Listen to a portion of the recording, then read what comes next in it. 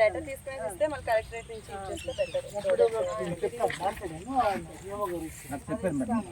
Holidays రోజు కూడా అవసరం పడుతుంది కాబట్టి మల్టిపుల్ మెంబర్స్ అవన్నీ వాళ్ళు చూసుకుంటారు. గతంలో అయితే వెలుగు వాళ్ళు పెట్టేవాళ్ళు, ఈ గవర్నమెంట్లో 2019లో అప్పుడు సిస్టమ్. ఇప్పుడు మనం ఎవరికి పెడుతున్నామో వాళ్ళకి కొంచెం నీళ్ళు టాప్ చేసేస్తే అది కూడా పెట్టేస్తే ఈ రేట్ ఒకటి ఫైండ్ చేసుకుంటున్నాం కదా.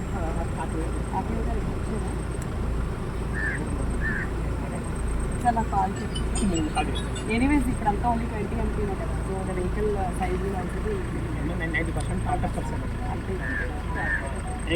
మీకు కెపాసిటీ పెరిగిన కొద్దీ వెహికల్స్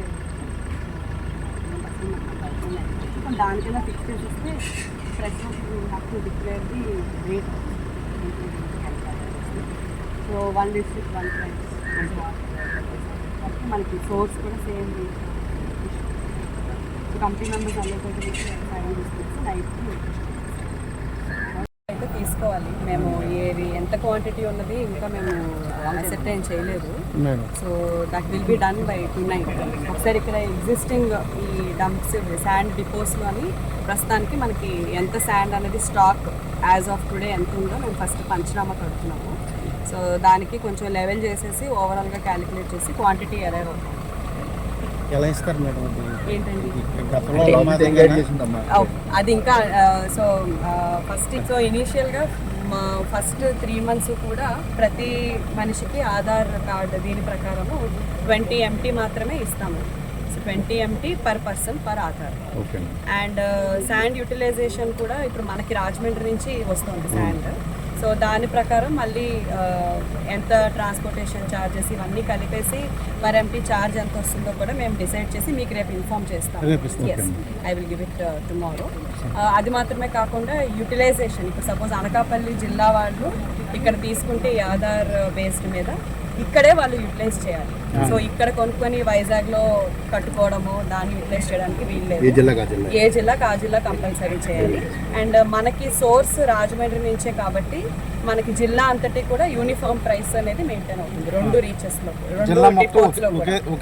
1 district 1 rate.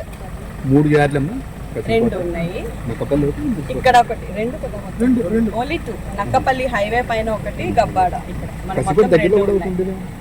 లేదండి, ఓన్లీ 2 అక్కడ కూడా స్టాక్ ఉందమ్మా?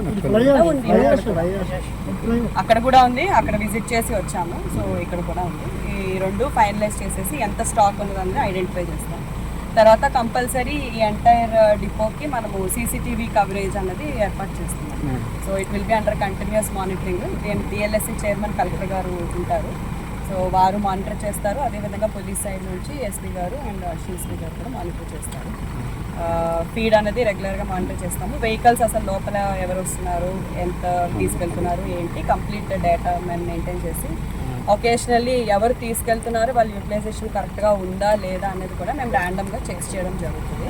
సో ఫస్ట్ ఇనీషియల్ మనకి మార్నింగ్ ఇచ్చిన డైరెక్షన్స్ ప్రకారము ఫస్ట్ 3 months కూడా ఈ విధంగా చేయమని చెప్పారు.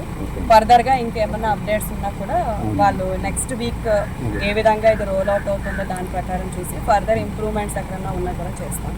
అండ్ ఇప్పుడు ఈ డిపోస్ అన్నీ కూడా అడ్మినిస్ట్రేషన్తోనే రన్ చేయబడతాయి. సో సచివాలయం ఎంప్లాయీస్ అదేవిధంగా రెవెన్యూ సైడ్ నుంచి VROs వీళ్ళని కూడా డ్రాఫ్ట్ చేస్తాము. సెక్యూరిటీ పాయింట్ ఆఫ్ వ్యూలో కంపల్సరీ 24/7 పోలీస్ వాచ్ కూడా ఉంటుంది. సో ప్రస్తుతానికి no other agency will be taking it up. Government తరఫు నుంచి జిల్లా అడ్మినిస్ట్రేషన్ దీన్ని రన్ చేస్తాం. మేము కాన్స్టెంట్ వాచ్లో ఉంటుంది.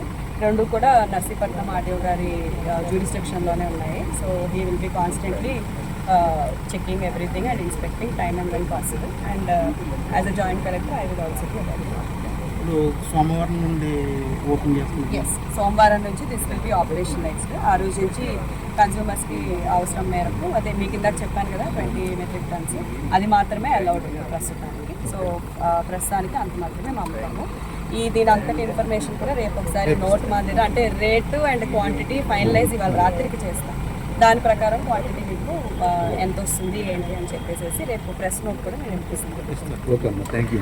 మేడం ఒకవేళ అడిషనల్ క్వాంటిటీ వాళ్ళకి అవసరం అవుతుందంటే కన్స్ట్రక్షన్ చేసే మన వాళ్ళకి దగ్గర చాలా ఉందండి. అదే మేడం, అంటే మీరు ఇచ్చిన లిమిట్ ప్రకారం ఒక అడిషనల్ కావాల్సిన ప్రొసీజర్ ఏంటి? Per day only 20 MT per person as of now.